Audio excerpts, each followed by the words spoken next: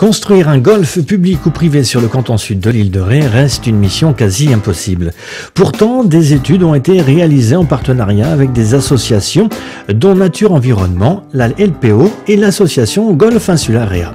Ce projet de golf est même inscrit dans le SCOT, le schéma de cohérence territoriale de l'île de Ré. En 2014, Lionel Quillet, Léon Gendre et Claude Chessé, alors nouveau président de l'association du golfe des Pertuis, étaient d'accord sur la manière d'aborder le sujet face à l'État, si l'on en croit l'article du 19 mai 2014 du journal Ré à la Une. Un an plus tard, lors de l'Assemblée générale de la dite association, on apprenait que ce projet ne suscitait plus d'engouement de la part de ces associations environnementales qui se sont manifestées vigoureusement auprès du président du Conseil général de la Charente-Maritime, à savoir Dominique Bussereau. Il devenait donc clair que ce projet ne serait pas soutenu par les élus devant une telle levée de boucliers de ces associations écologistes. Dans une édition du 25 avril 2018, Le Phare de Ré, un autre journal d'information locale, titrait que l'association du golfe des Pertuis jetait l'éponge et que c'en était fini pour elle. Nous sommes donc allés nous entretenir avec Claude Chessé, président de l'association du golfe des Pertuis, afin d'éclairer nos lanternes et les vôtres peut-être sur ce dossier. Les premiers dossiers qui ont été montés, ils ont été montés il y a à peu près 14 ans. Et l'association avait à ce moment-là entre 600 et 700 membres à partir donc de l'activité donc du practice. De là a été monté et initié en fait un premier projet de 18 trous avec une décision importante qui a été d'intégrer en fait un golf donc d'excellence environnementale dans le cadre du SCOT. Et ceci donc sur un SCOT qui a été donc mis en place en octobre 2012. Dans ce document existe de manière donc très précise et très descriptive la décision en fait de réalisation donc d'un golf sur l'un ou l'autre des périmètres, l'un étant sur la zone des Caillotières à la Flotte et l'autre se partageant sur les communes de Rivedoux et de Sainte-Marie. Sur ce sujet, en fait, les travaux ont été longuement avancés de manière précise sur des études, qu'elles soient environnementales, qu'elles soient donc de faisabilité technique et j'en passe. Les moyens donc ont été mis en œuvre sur ce sujet, avec par surprise le constat que la zone donc était incompatible selon donc les décisions qui nous ont été transmises. Les parcelles du Conseil général étant présentes sur la zone des Caillotières,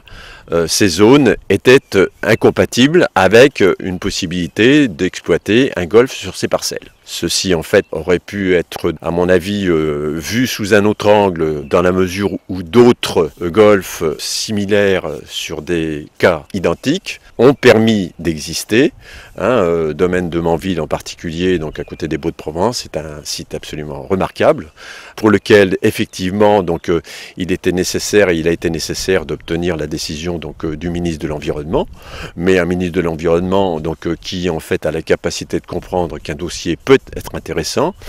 a là aussi la capacité et la preuve de prendre des décisions intelligentes sur le sujet. Quelles sont les raisons pour lesquelles ce projet de golf privé sur la commune de La Flotte-en-Ré ne verra pas le jour ? Que se passe-t-il donc ? Pourquoi ce projet n'a jamais été présenté à l'ensemble des maires de l'île de Ré ? N'y a-t-il pas une guerre d'ego entre les maires de La Flotte-en-Ré, M. Léon Gendre, et le président de la communauté de communes de l'île de Ré, Lionel Quillet ? Pourquoi nos élus ne se prononcent-ils pas sur ce dossier de manière franche ? Autant de questions que nous avons posées à Claude Chessé, président de l'association du golfe des Pertuis, association qui ne sera pas dissoute comme on a pu le lire trop rapidement dans la presse locale. Claude Chessé. Ce qui s'est passé, si vous voulez, c'est qu'à partir du moment où, sur la zone des Caillotières, donc les décisions qui ont été prises ont été de dire c'est impossible de le faire sur la zone des Caillotières, nous nous sommes retrouvés avec le practice, avec son activité, et en disant mais pourquoi pas recentrer en fait le projet sur non pas un 18 trous mais un 9 trous, et d'ailleurs il s'était monté une association en parallèle qui était donc Insulaire Réa avec Patrice Rousse, avec lequel on a collaboré pour pouvoir donc proposer en fait un golf de 9 trous centré autour du practice et intégrant donc simplement donc de manière complémentaire à la zone NDL qui représente aujourd'hui donc 4 hectares sur cette zone. Et donc il y avait la possibilité en fait de substituer aux 60 hectares deux zones NDL que sont la somme des caillotières et de Rive-Doux et de la Flotte,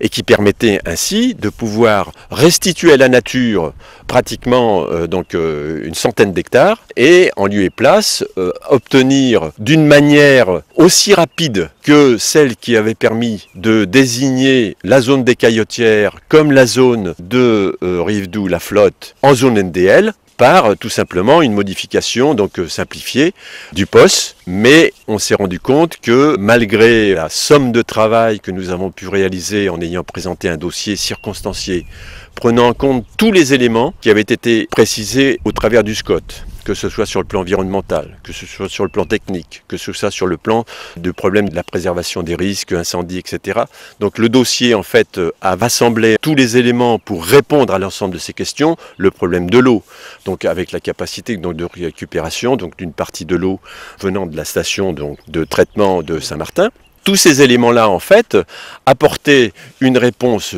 tout à fait satisfaisante au fait de dire on transforme effectivement les 15 hectares qui sont donc en périphérie du practice en zone NDL et ensuite il suffisait donc de mettre en place une procédure simplifiée, comme nombre de procédures simplifiées ont été donc autorisées et mis en place donc depuis le mois de septembre 2017. J'en ai enregistré au moins une, sinon deux, par commune. Donc en l'espace de 6 mois,